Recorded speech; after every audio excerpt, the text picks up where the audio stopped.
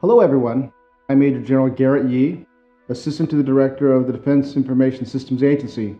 As many of you know, May is Asian American Pacific Islanders, or AAPI Month.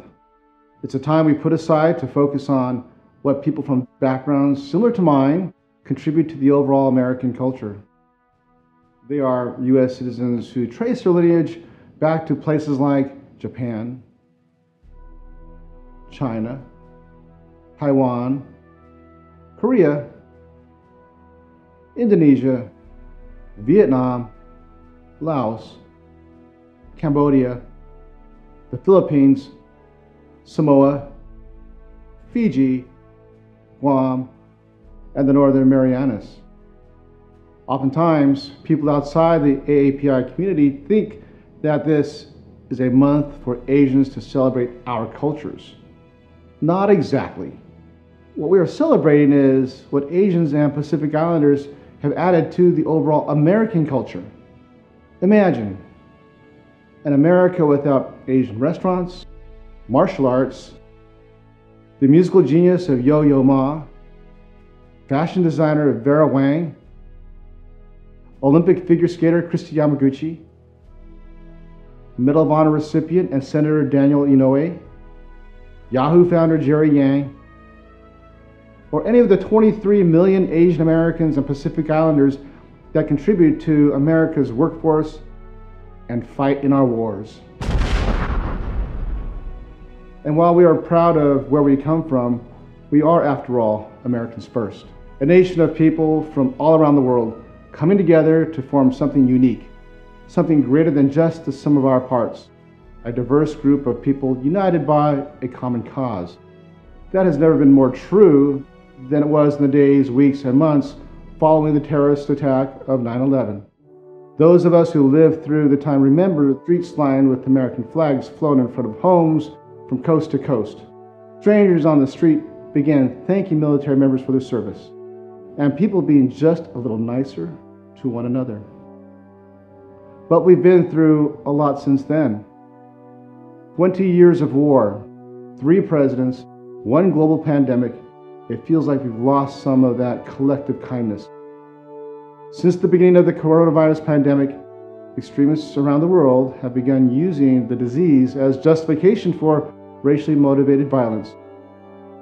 According to a recent study conducted at California State University, San Bernardino, anti-Asian hate crimes in the United States have increased nearly 150% in the years since the pandemic began. Much of the violence in the news is directed towards Chinese Americans due to the possible linkage of COVID-19's origination. Even more disturbing is the fact that the majority of the violence is directed towards the elderly, many of whom are not even Chinese descent, let alone ever visited that country. But this is not who we are as a nation. America is a nation of immigrants. America was founded on the principles of freedom and equality. As military members and federal employees, we take an oath to support and defend the Constitution of the United States against all enemies, foreign and domestic.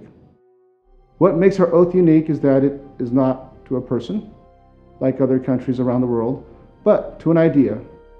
That idea is that all people are created equal.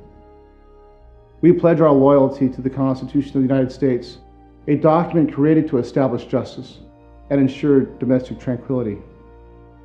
America's strength comes from our ability to learn from one another, to gather the best parts of every culture and add them to our collective culture.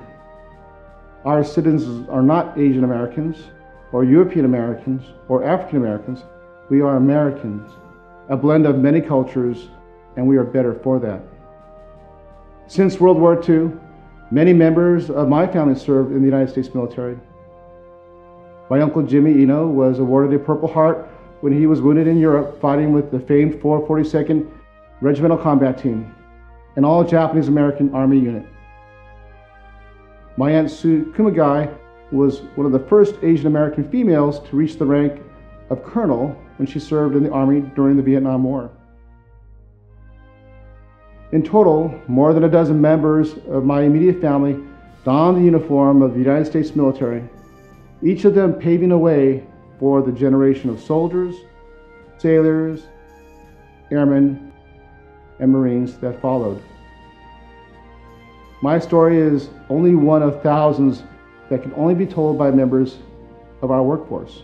Throughout the month of May, DISA will be showcasing stories that highlight the Asian American and Pacific Islanders throughout the agency. Individuals who bring unique perspectives to our team through their history, culture, and contributions to the overall culture of this great nation. I hope that you will take a few minutes out of your busy day to check them out. Have a great day, and thank you for all that you do for our nation.